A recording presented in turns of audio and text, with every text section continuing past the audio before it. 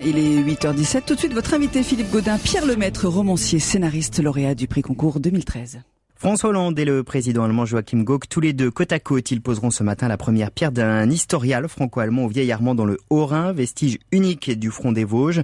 Ce champ de bataille méconnu de la Grande Guerre, c'est l'un des temps forts de ce centenaire de la Première Guerre mondiale. Pierre Lemaître, bonjour. Bonjour. Pour ceux qui ne vous connaîtraient pas encore, alors ils sont pas nombreux, je rappelle que vous êtes l'heureux prix Goncourt 2013 avec Au revoir là-haut chez Albin Michel, un succès librairie qui raconte l'après-guerre d'Albert et d'Édouard, deux soldats brisés par les combats. Votre livre commence vraiment en immersion, j'ai envie de dire, dans les tranchées. J'avais envie ce matin que vous nous décriviez, qu'on voit à travers vos yeux ces tranchées, à quoi elles ressemblaient. Alors d'abord, elle ressemblait d'abord à une surprise parce que à l'origine, les soldats ne pensaient pas vivre dans les tranchées. Il s'est trouvé que les deux fronts se sont stabilisés face à face et que la seule manière de rester en face d'un ennemi qui vous tire dessus, c'est de se mettre dans le sol. Et donc on a commencé par creuser des trous, puis après on a joint les trous. Tout ça c'était plein de boue, plein de rats. C'était des conditions absolument épouvantables, des conditions de survie difficiles, d'autant qu'il fallait sortir de la tranchée pour aller attaquer l'ennemi. Dantesque. Et avec un risque terrible qui est celui de l'ensevelissement. Vous en parlez beaucoup dans votre livre. Ce petit extrait, la terre est entièrement retombée aussitôt comme un gros rat tranché avec une énergie qu'il serait incapable d'expliquer. Il rampe de nouveau, toujours sur le dos, il se hisse là où son cœur l'appelle, puis il comprend. Il est arrivé là où la vague s'est effondrée et à cet endroit, une petite pointe d'acier perce le sol sur la terre, presque poudreuse, quelques centimètres. C'est l'extrémité d'une baïonnette. Le message est clair, là-dessous, il y a un soldat enterré. C'est l'enfer absolu ce que vous nous décrivez. Oui, des hommes qui ont été enterrés vivants. Alors, il faut maintenant raison garder avec le recul. Beaucoup de rumeurs pendant cette guerre, l'idée que les blessés étaient attaqués à l'arme blanche par les soldats ennemis, l'idée que si on se mettait dans un trou d'obus, on risquait d'être enseveli. Il y a eu des exemples, bien évidemment, et des exemples véritablement terribles. Mais ça n'était quand même pas le lot de tous les soldats. C'était des exceptions, mais elles montrent bien la sauvagerie et la situation extraordinairement âpre dans laquelle se trouvaient ces jeunes gens qui étaient, au fond, cernés de partout, cernés par la tranchée, cernés par la météo, cernés par le temps, cernés par les ennemis, cernés par les rats. C'était vraiment une vie dont on a du mal à imaginer que des hommes aient pu tenir 51 mois. Quand on enquête comme vous l'avez fait pour écrire, quand on écrit un livre comme le vôtre, on finit par s'identifier à ce qu'ont vécu ces soldats?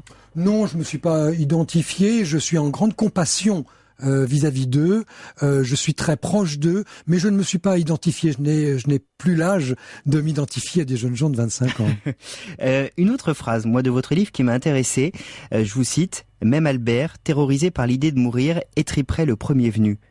La guerre, c'est le réveil de l'animalité la plus profonde qu'on a en nous? Oui, je montre que ce soldat qui n'est pas spécialement belliciste, qui n'est pas un homme agressif dans la vie, il est saisi par la peur au moment d'attaquer la tranchée ennemie et au fond, il retourne cette violence qu'il sent contre lui, il la retourne contre l'ennemi. Je pense qu'effectivement, la guerre réveille la sauvagerie qui est en nous, surtout dans les situations extrêmes comme celle-ci, puisqu'on a une situation très paradoxale. Cette guerre est en même temps une guerre extrêmement technologique, les premières armes de destruction massive, les premières DCA, les premiers avions, les premiers chars, et en même temps, une des dernières guerres napoléoniennes, pourrait-on dire, puisque on s'est battu à la baïonnette. Donc en fait, c'est une guerre qui est au carrefour de deux mondes, et la sauvagerie s'engouffre entre ces deux mondes. Parmi les premières, il y a eu aussi après la guerre, j'ai envie de dire, les prémices de la chirurgie esthétique sur les gueules cassées. Édouard, votre personnage, fait partie de ces gueules cassées. Ça aussi, il faut l'expliquer, c'est après-guerre absolument terrible.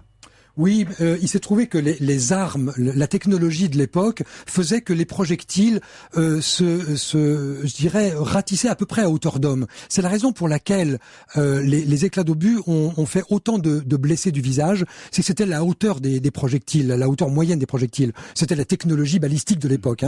Et donc on a énormément de personnes qui ne sont pas mortes, mais qui se sont fait arracher une partie du visage. Et donc évidemment, la chirurgie s'est intéressée à ce très très grand nombre de cas, et donc la chirurgie s'est beaucoup développée. On aurait préféré qu'elle trouve de meilleures occasions de le faire, mais en tout cas elle l'a fait à partir de ça. Et ça a fait des hommes fracassés, fissurés, quasiment incapables de se reconstruire. Ça faisait beaucoup d'hommes fracassés, vous avez tout à fait raison, beaucoup d'hommes fous. La psychiatrie de l'après-guerre s'est beaucoup développée là dans cette après-guerre directement. On a enfin admis que les blessures psychologiques étaient de vraies blessures. C'est aussi une invention de la guerre de 14. On a l'impression souvent que la Première Guerre, on